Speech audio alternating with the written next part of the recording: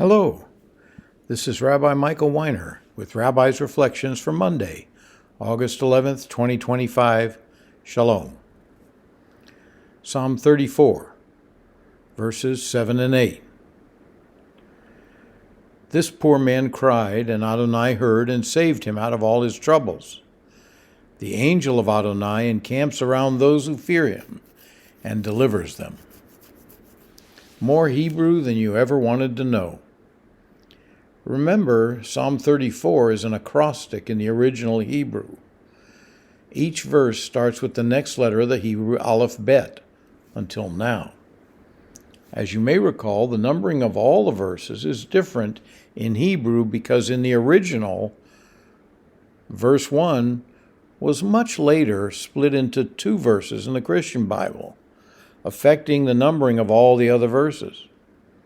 Psalm 34 has 22 verses in the Hebrew Bible with the same words, 23 verses in the Christian Bible. So verse 2 of the Hebrew Bible starts with an Aleph. And verse 7, which is the sixth letter, starts with a Zion, which is the sixth letter. The Vav is the seventh letter, should have started verse 8 in the Hebrew Bible, but it's missing altogether. With all due respect, the second half of the seventh verse does start with a Vav. But the Vav is still missing altogether from verse 8. Why would that be? Let me offer you one possible explanation. It could be that because the Vav is widely understood to be the Hebrew letter that represents man.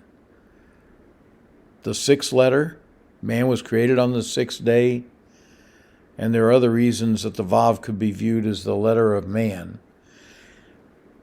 And the author of Psalm 34 is writing such high praise for God that he's avoiding the Vav. This could be his way of marginalizing man while he's exalting God. Rabbi Trail.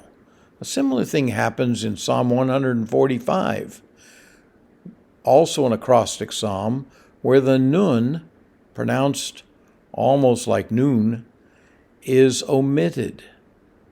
It's widely thought that this is done to disrespect the word nafel, which means fall.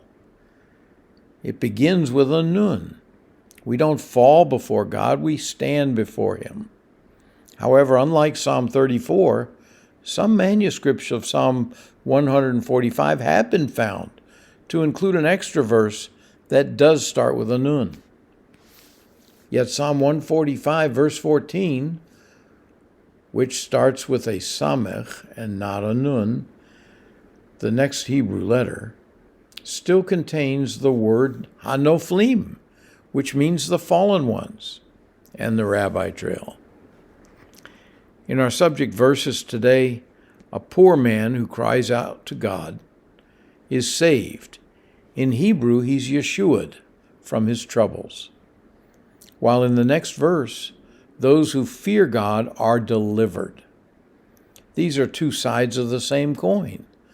Biblically speaking, poor people are those who have a lack of zeros to the left of the decimal in their bank accounts. Deuteronomy 15:11 says, "For there will never cease to be poor people in the land. Therefore I'm commanding you, saying, you must surely open your hand to your brother, to your needy and poor in your land." This scripture appears just before the Great Reset in God's economy, the seventh year in which all enslaved are set free. There's another biblical definition for poor people. The Bible identifies poor people as people who realize they don't have their own resources, so they have to depend on God. In that sense, we're all kind of poor, aren't we? Jacob 2, verse 5. "Listen, my dear brothers and sisters, didn't God choose the poor in this world to be rich in faith and heirs of the kingdom that he promised to those who love him?" Paul says he's been both rich and poor, and what he has learned is to keep focused on Yeshua no matter how many zeros he has in his bank account. I'm reading in Philippians 4:11 and following. I'm not saying this because I'm in need. For whatever circumstance I'm in, I've learned to be content. I know what it is to live with humble means, and I know what it is to live in prosperity.